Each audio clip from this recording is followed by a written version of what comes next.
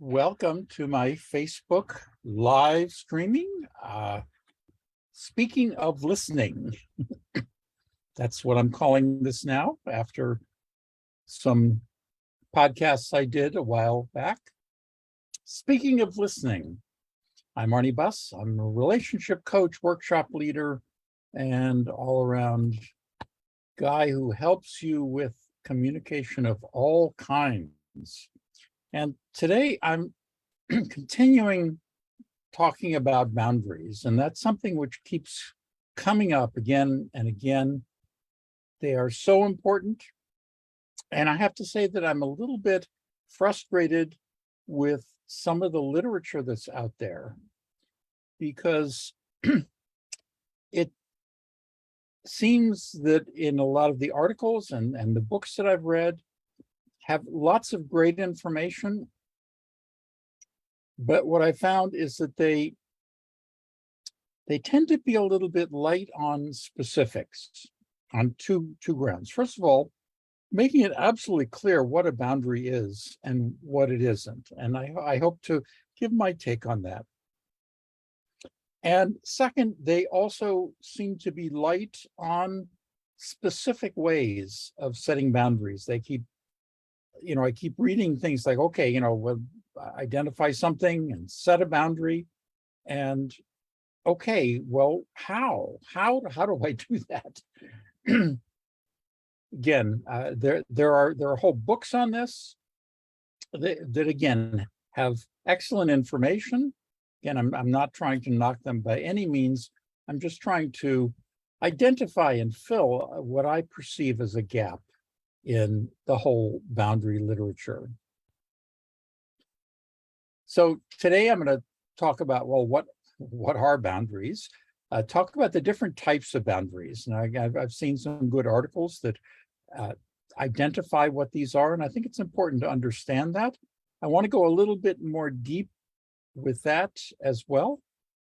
Why boundaries are important, and then more connected to the communication work that I do to try to give a very specific way that a boundary can be effectively set. And of course, for those of you who studied and with Selwa or from myself, that's where the area of something called impact statements lies. But first of all, what is a boundary? And think back to early childhood development, in fact, early development from infants. And much of the literature talks about how early on, when we're very, very small, there's no sense of the difference between me and not me. In other words, what is me and what is not me? When we're infants, that is not something that seems to be part of what we understand. Well, as we're gestating, we're literally part of our mother's body.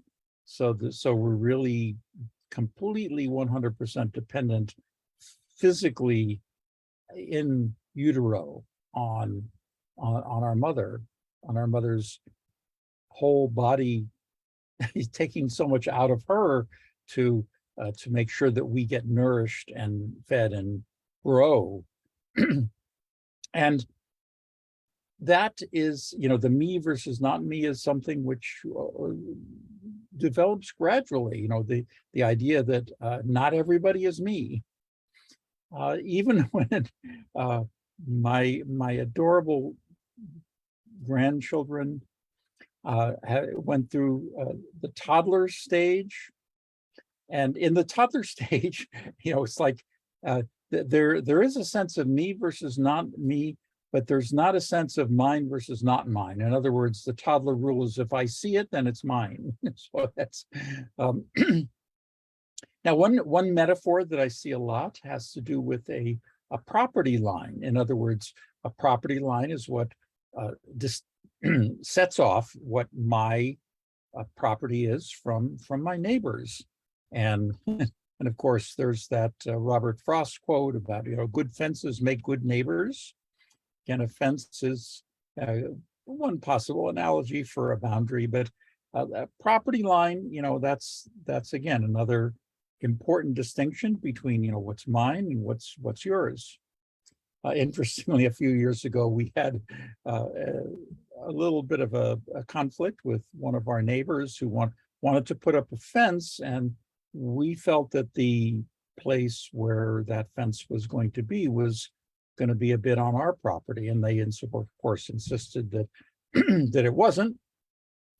So finally, we had to have a surveyor come out and identify exactly where the property line was, and lo and behold, they discovered that the previous owner to this house had actually built part of their sidewalk, their walkway up to their house on our property line. So after all that, our neighbor unfortunately had to kind of change their plans a bit. But again, it was just sort of one of these things where we're making it the boundary absolutely clear was an important thing. And in that particular case, we had to call in a third party to really identify that. One thing that I like, and I've talked about this on an earlier podcast, is I think the best analogy for me is our cells. That's when you think of that's the smallest metaphor that we have for who we are. We're made up of billions of cells, and the thing about a cell is our cells are covered with the cell membrane. Now, if you think about what a cell requires nutrients to stay alive, but then in its metabolism, it produces waste products, and those waste products need to be expelled. And so the cell wall is permeable in the sense that it lets in nutrients and it lets out waste. But it's not completely open. It keeps out certain types of intrusions. And just to carry the analogy a little bit further, when the waste goes out, it gets collected by another part of our body, which takes it away. It doesn't go into the other cells. In other words, when a cell sends out its bad stuff, it doesn't go into another cell. I mean, it gets taken care of by other parts of the body that are specifically geared toward taking the waste away. And that's an important dimension of boundary that I'm going to talk about a little bit more in a little bit. That is, much of the boundary discussion, focuses on, our boundaries. How can we set effective boundaries that not only keep us safe, but also enhance the relationship? That's one of the key elements.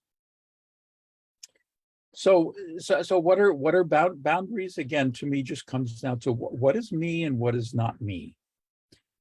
As adults, that gets a little bit trickier, and that's where the types of boundaries are so important. And again, I've seen a number of different good articles that talk about this, but the 5 types of boundaries that I like to distinguish here are physical boundaries, emotional boundaries, boundaries around time, spiritual boundaries, and sexual boundaries. Now, each of these have a lot more subtlety than you might think. Okay, so let's talk about physical boundaries. So physical boundaries have to do with who I allow to be in my physical space, to physically touch me in some way. Now, growing up, a lot of times, some of the things that we do as well-meaning parents can really be counterproductive when it comes to our physical boundaries. So, for example, if a young child is forced to receive hugs when they really don't want it, or forced to give grandma a kiss, whether they want to or not. I've seen this at my darling granddaughter Scarlett is a little bit on the shy side, and so whenever I come to visit her, she kind of tends to be a little bit tentative, and And whenever we're leaving, and again, we try to give physical affection and try to give hugs and things. And I remember the last time I was visiting and leaving, I wanted to give Scarlett a hug, but she didn't want to. And I felt it was so important to not force her to accept a hug from anybody, even though, if she didn't want to. That's the key. So physical boundaries are about, who I allow to touch me and how. So the how is important, so it's like, okay, if I have a friend, a hug may be appropriate, of any gender, or for whatever reason, maybe only hugs from one particular gender may be something that is okay with me. Again, there's nothing wrong with any of this. Furthermore, who is okay doing what, and how, what parts of my body are okay to be touched, and what parts aren't. And that depends on what kind of relationship that I have with that person. So that aspect, in each of the boundaries, as I hope you'll see, there's an element of, who is it, when is it, and a boundary may change over time, or even just based upon how I feel in the moment. Those are physical boundaries. And again, just maintaining our physical autonomy is something which a lot of times we don't grow up having a strong sense of. Emotional boundaries have to do with how we're affected by the things that other people say. And again, so this isn't physical, but how are things impacting us emotionally by what other people say or don't say. So what is okay for someone else to say to me? And again, there are many cultural differences on this.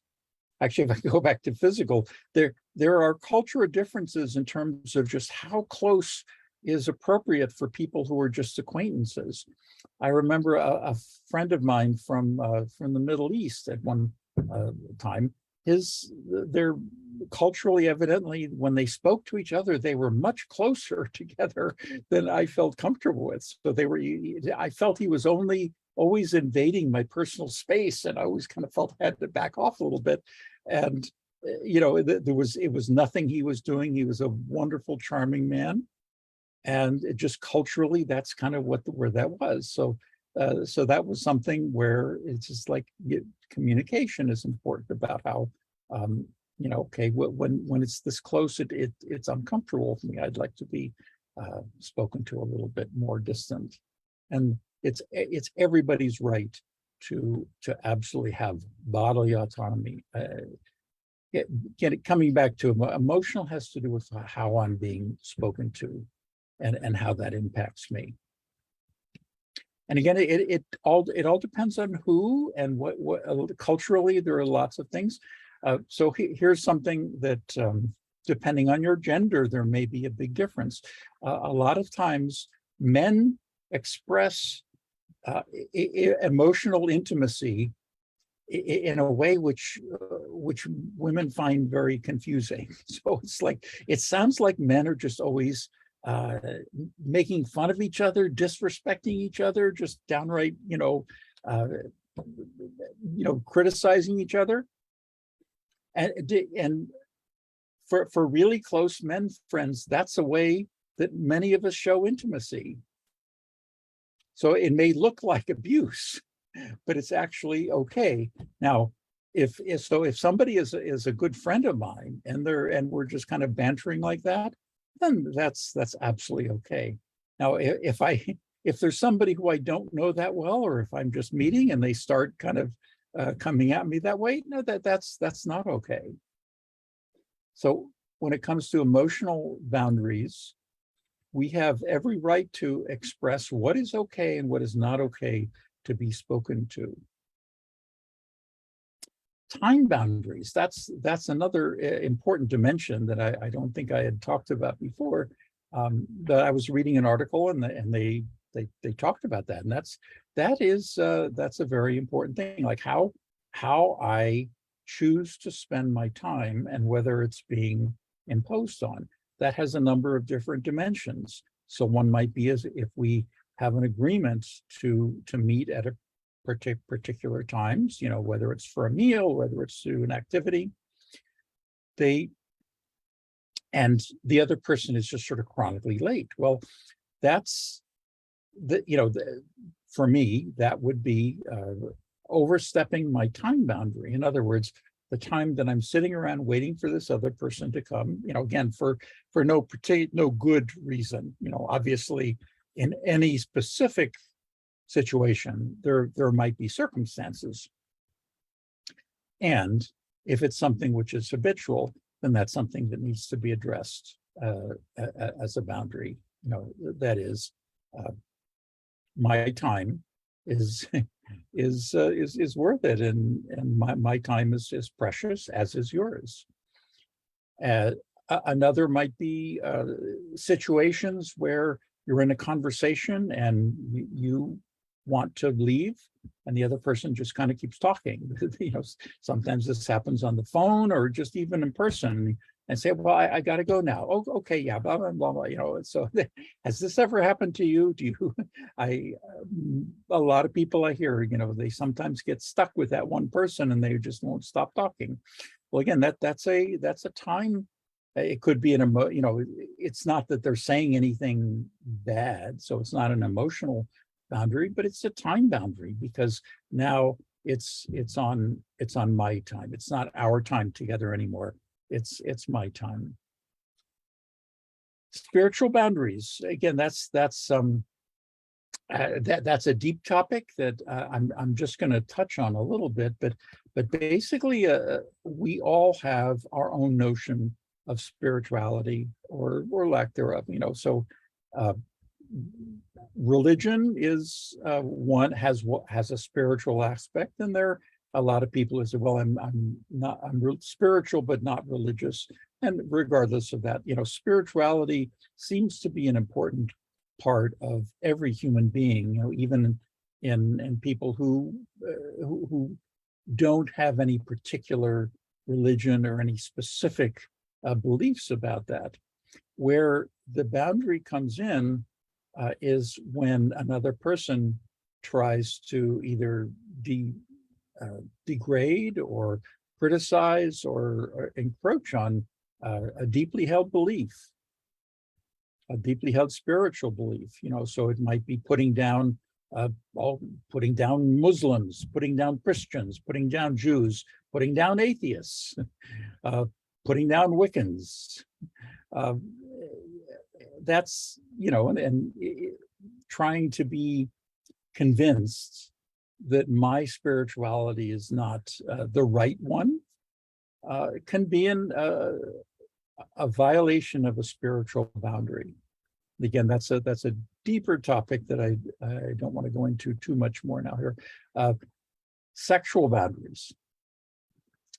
Very, very important. We are sexual beings, and kind of who I choose to be sexual with and not is and how is a very important element of that kind of relationship. Sexual relationships are very important, and they can be very debilitating if there isn't a clear sense of what our boundaries are, because it can be terribly.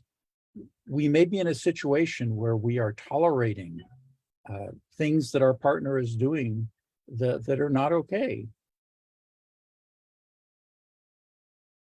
The whole issue of consent is something which is thankfully come up in recent times, and so just boundaries are not they're not rigid, they're not walls. So even a sexual boundary is something where consent is such an important aspect of that. That is, what is, regardless of what has occurred previously sexually, then what is allowed to happen right now is totally a function of what is my sexual boundary in this moment. And this applies to both genders.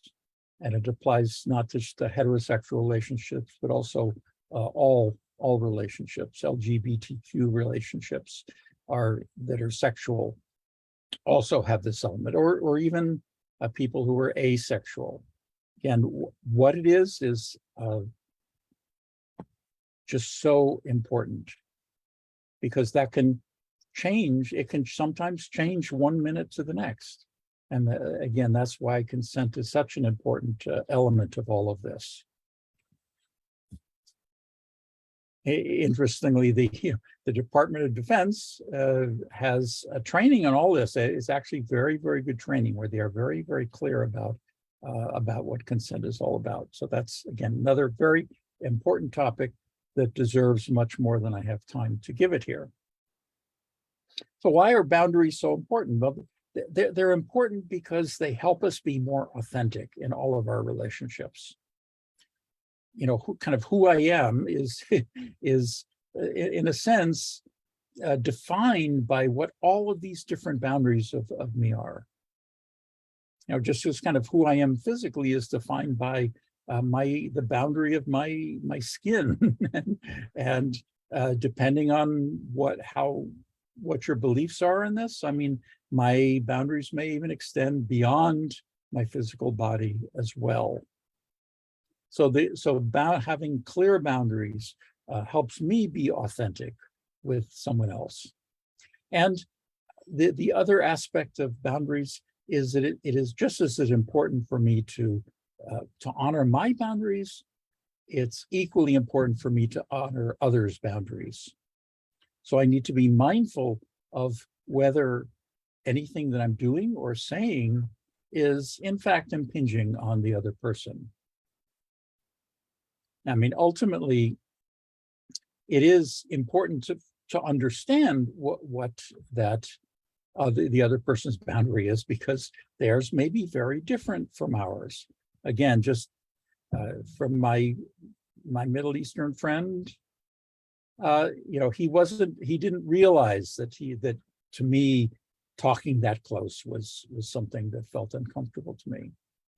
In all relationships, even small boundary failures can lead to big problems if you let them continue. In other words, a relationship can die by 1,000 paper cuts if you let it continue. Yeah, and as I mentioned before, you can have different boundaries for different people. So my physical boundary with my wife, with a romantic partner, is going to be very different than a physical boundary with a friend or an acquaintance or a coworker. Even with the same person, it can change over time. Consider the difference between, say, going on a first date with someone and what gets shared, both emotionally, physically, sexually, versus dating for a while and you're in a relationship. So the boundary is going to change. If you've, I haven't been on many dates, and it's literally been many decades since I've even been on one, having been married for this time.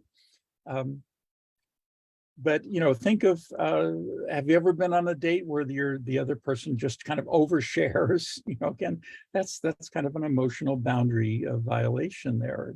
Just kind of the oversharing, and it tends to be a turnoff. It also tends to kind of not lead to the next step in a relationship. On the other hand, if things are just walled off, if you just right from meeting someone. If they're walled off, if they're not sharing anything about themselves, then there's really no hope of carrying it forward. So again, think of the permeable cell where you're allowing some information at that stage of the relationship, but you're not telling the whole story. Now, after you've been seeing each other for a while, then you're sharing more and more, and so the boundary becomes a little bit more permeable in terms of what's allowed. The physical boundary may evolves as well. On a first date, what might be acceptable, a hug, a kiss, sex on the first date. Again, that could be, if that's acceptable to both parties. Again, I'm not I'm not judging any of that. The main arbiter is what is acceptable and what isn't. So being mindful of others' boundaries is being mindful of your own boundaries. So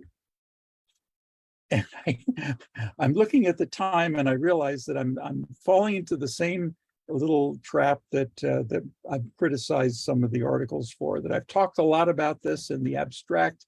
And so now I want to talk about how to set boundaries. So I may go a little bit over. So if you're, because I think this is so important.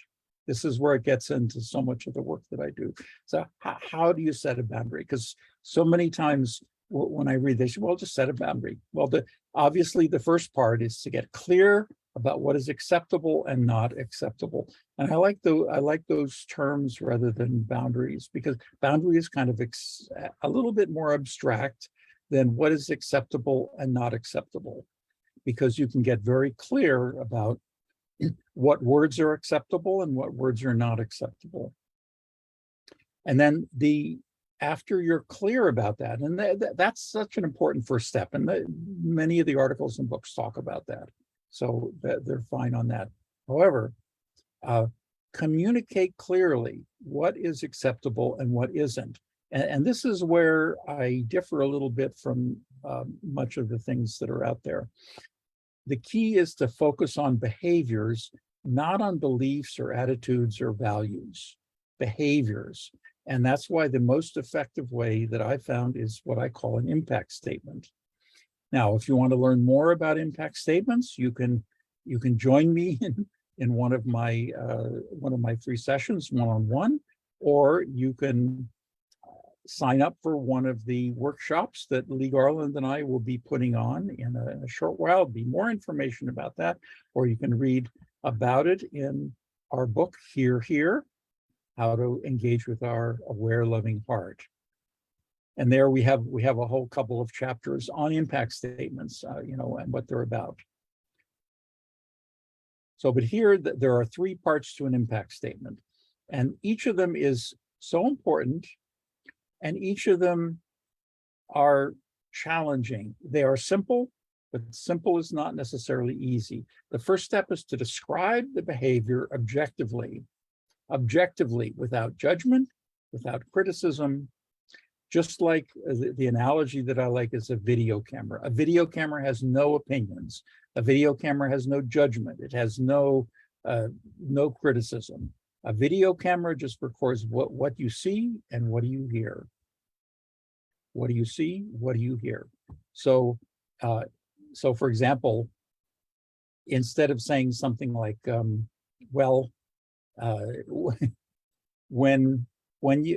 when you were late, this is such a subtle thing. Late is a judgment.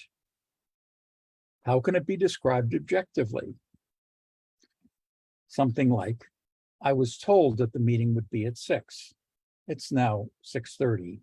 And, so that's those are objective things. That's late is a judgment. Even though it's a correct judgment, it's still a judgment. Describe the impact. So the impact in this case, it was like it could be as simple as I've had to wait for a half an hour, and then express the desired experience. And that's the key, without telling them what to do or how to do it. And that takes a bit of work when I work with people on how to do this. So I want you to be here on time. Okay, that's not an effective way of doing it. You need to be here. Here's the thing: nobody likes to be told what to do, and we also want to respect the other person's free will choice, and in fact give them the gift of allowing them to make a choice. So how do we do that? We do that by express our desired experience without telling them what to do or how to do it. So I like to be assured that the appointments will be kept on time. I haven't told the other person what to do or how to do it. How they do it, that's up to them. What am I interested in? I'm just interested in the outcome, in the result. There's a lot to that. When I work with someone on this, each of these 3 steps can sometimes take a little bit of work to get the judgment out, to get clear on the impact. The thing about the impact is the more tangible the impact, the more effective it's going to be. And the last is sometimes the most challenging of all, without telling them what to do or how to do it. And in a way, if we're telling someone else what to do, that can be thought of as a boundary violation. There's a reason why nobody likes to be told what to do. Even as toddlers, I remember my kids, one of their favorite refrains, even as little ones, were, "You're not the boss of me." Because this mean, abusive parent was trying to get them to go to bed at the appropriate time. So, and they didn't like it. So it's like, of course, now as adults, the idea of taking a nap is a wonderful thing. But when you're a kid, that's not such a wonderful thing. So again, more on boundaries, and I'll be talking more about this in future podcasts, but, talked about what they are, what the different types of boundaries are, and how permeable and how flexible they need to be, whether having the same kind of boundary with different people, and even with the same person as it evolves over time, or even moment to moment, why they're so important, and most importantly, how to set boundaries using impact statements. Now, impact statements are actually the second best, most effective way to set a boundary. In a future podcast, I will share with you the most effective way. And if you want to hear more or learn more about how any of this can impact your relationship, then book a session with me where we can kind of go through how all of this impacts you. It is absolutely complimentary. You can click the link, book a time. I'd love to talk to you. And until next time, be sure to listen well.